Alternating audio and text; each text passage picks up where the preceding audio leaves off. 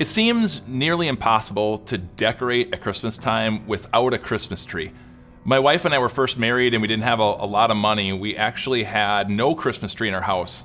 We had a blanket though with a huge Christmas tree printed on it. We kind of hung that up. It was a bummer. We couldn't wait to get a tree into our home.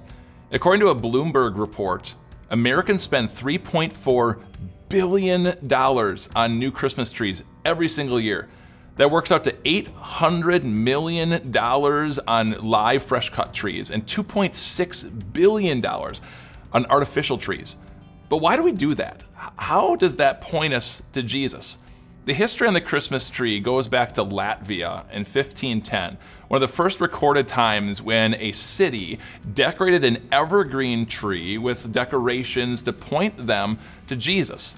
One of the first people, probably the first person to cut down a tree and bring it into his home for his family to celebrate, is recorded to be Martin Luther.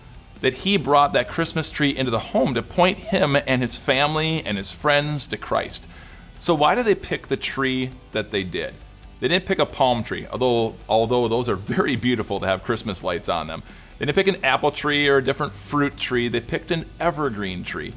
And the reason why, in the midst of the death that can be Christmas, as all of the other trees, their leaves are stripped bare and they look dead and they look dying, the evergreen tree is green and vibrant and alive. And that's what Jesus is. That Jesus is alive. And that life, that love is unchanging. Think of the song, O Christmas Tree, thy leaves are so unchanging. And that's what Jesus was born to be unchanging. We hear that truth in Hebrews chapter 13. Jesus is the same yesterday and today and forever. That's an incredible blessing because this world is constantly changing, but God's love for you is not. It's consistent. It's always there. No matter how much wrong you have done, no matter how much you've broken your relationships with others, God's love for you is unchanging. That He constantly pours out His love for you. And His plans for you are unchanging.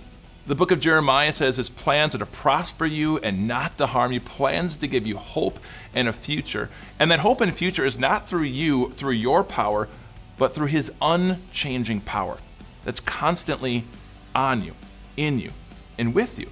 So as you look around at Christmas time and you might see that this world seems to be dying or getting darker, God is not. His life is always there for you. His love is always there for you because God is unchanging.